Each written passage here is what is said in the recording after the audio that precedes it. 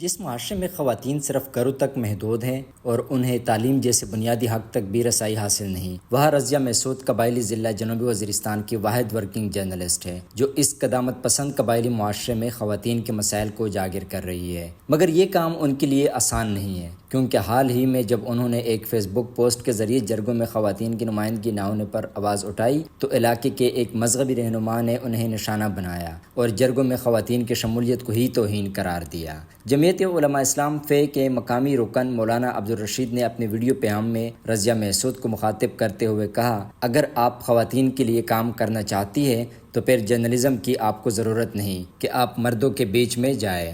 Social media په تروهن د تداویلی دي چې کاته چیرې واقعي په مشرق شو په سماج شي د شذونه د پورا چار کاوي بیا د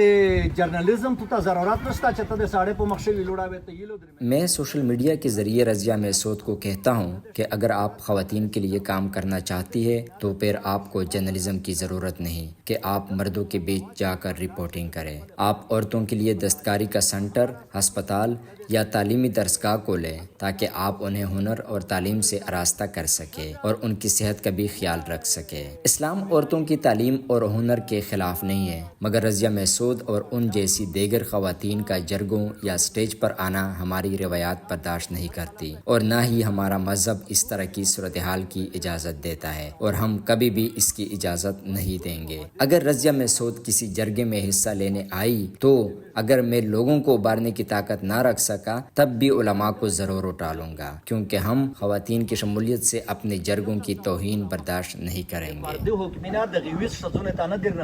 رضیہ محسود اس بیان کو جرنلزم اور دیگر شعبوں میں آنے والی خواتین کے راستے میں رکاوٹ قرار دیتی ہے۔ وہ کہتی ہے کہ عام لوگ ان کی جرگوں میں موجودگی اور رپورٹنگ کو سراہتے ہیں، لیکن جمعیت علماء اسلام کے مقامی رہنما کی جانب سے انہیں اکثر تنقید کا نشانہ بنایا جاتا ہے۔ جب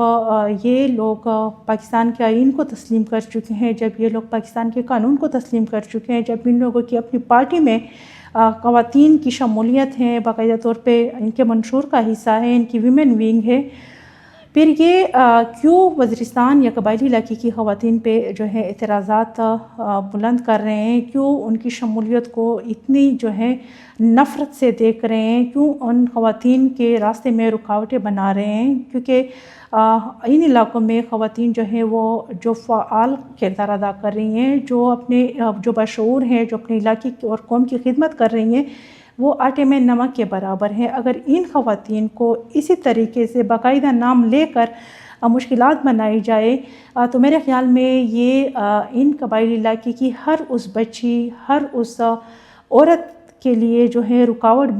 بنا رہے ہیں جو جس میں ٹیلنٹ ہے، جو اپنے علاقے، وطن، قوم و ملک کی جو ہے خدمت کرنا جانتی ہے۔ قبائلی علاقے کی خواتین اپنی وراثت کے حق سے محروم ہیں۔ یہ لوگ جو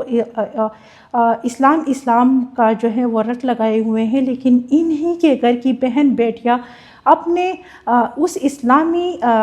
وراثت کے حق سے محروم ہے جو اسلام نے اس کو دیا ہے اور اس کو دینے پہ انتہائی جو ہے زور دیا ہے، لیکن یہ لوگ اس پہ خاموش ہیں۔ اس وقت یہ لوگ کہاں ہیں؟ میں انسانی حقوق کی جتنی بھی تنظیمیں ہیں میں ان سے بھی یہ درخواست کرتی ہوں جو خواتین کے حقوق پہ کام کرتی ہیں، جو انسانی حقوق پہ کام کرتی ہیں، کہ وہ اس طرح کے واقعات کی روک تھام میں اپنا بھرپور کردار ادا کرے۔ جنوبی وزیرستان سے تعلق رکھنے والے اسلامک اسکالر اور سوشل ایکٹیوسٹ قاضی طاہر مسعود کہتے ہیں کہ اسلام کی تاریخ خواتین کے کارناموں سے بری پڑی ہے، یہاں تک کہ خواتین نے شورا میں بھی شرکت کی ہے۔ اس طرح کے بیانات کا واحد مقصد علماء کا لوگوں کو خود سے دور کرنا ہے۔ رضیہ خاتون تو مکمل پردے میں آتی ہے، مکمل پردے میں سوالات کرتی ہے، مکمل پردے میں ہی مجلسوں میں جاتی ہے۔ اس کے ساتھ اب اس کا اپنا شوہر بھی ہوتا ہے، بلکہ اس کا کیمرہ مین بھی اس کا شوہر ہے۔ اگر آپ کہیں کہ نہیں جرنلزم تو نہیں ہے، تو باقی جرنلزم ابھی آئی ہے، اسی وقت میں جرنلزم نہیں تھی۔ تو باقی جو میں نے اتنے زیادہ صحابیات کو کا ذکر کیا، اتنے زیادہ میں نے تابعین، تبع تابعین اور آخر تک علماء مسلمان حکمرانوں کے ساتھ کام کرنے والے خواتین کا ذکر کیا، تو اس میں بھی جب یہ کام ہے، اس کام کو دیکھے تو یہ رضیہ خاتون کی جو وزیرستان کی پہلی جرنلسٹ ہے، تو اس کی کام کو بھی میرے خیال میں برا نہیں دیکھنا چاہیے، ہاں لیکن الفاظ اور پردے کا اہتمام ضرور ہونا چاہیے، جو میرے خیال میں وہ کرتی ہوگی، لیکن علماء کو یہ کہنا کہ ہم اس کو نہیں چھوڑیں گے، اس کو یہاں نہیں کرنے دیں گے، تو یہ خود سے لوگوں کو دور کرنا ہے۔ پختون جرنلسٹ ایسوسی ایشن اسلام آباد کے جنرل سیکرٹری اور سینئر جرنلسٹ گوہر مسعود کہتے ہیں، خاتون کا جو کردار ہے قبائلی معاشروں میں وہ بہت ایک نمایاں رہا ہے۔ خواتین نے بہت سارے شعبوں میں کردار ادا کیا ہے، چاہے وہ سماجی زندگی ہو، چاہے وہ معاشرتی زندگی ہو، چاہے وہ قبائلی علاقوں کی سیاسی زندگی ہو۔ اس کا مطلب یہ نہیں ہے کہ پچھلے 50 سال میں جو ایسی کوئی مثال نہیں ملتی، لیکن اس سے پہلے اگر ہم دیکھیں تو خاتون اور مرد یہ گھر کا انتظام مل کر چلاتی رہی ہیں، اور اس کی بہت ساری مثالیں ہیں جو اس طرح کی خواتین کو ایک زچ پہنچاتی ہے یا ان کو زور دیتی ہے۔ یقینی طور پر یہی وہ بنیادی وجہ ہیں جو خواتین کے لیے مشکل پیدا کراتی ہے، اور سب سے جو بڑی وجہ ہے خواتین کا قبائلی علاقوں میں جرنلزم میں نہ آنے کا، صحافت میں نہ آنے کا، وہ یہی قبائلی رویہ ہے جنہوں نے ان کو بالکل دبا کے رکھا ہوا ہے۔ اور یہ رویہ میں یہ کہوں گا کہ یہ قبائلی روایات کا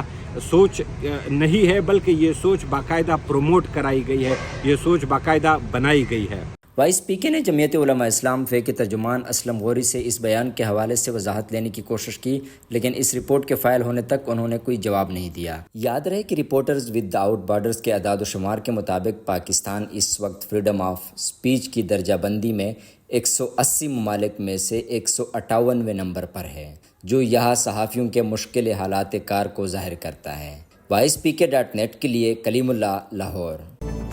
آپ کی خبر، آپ کی آواز، voicepk.net۔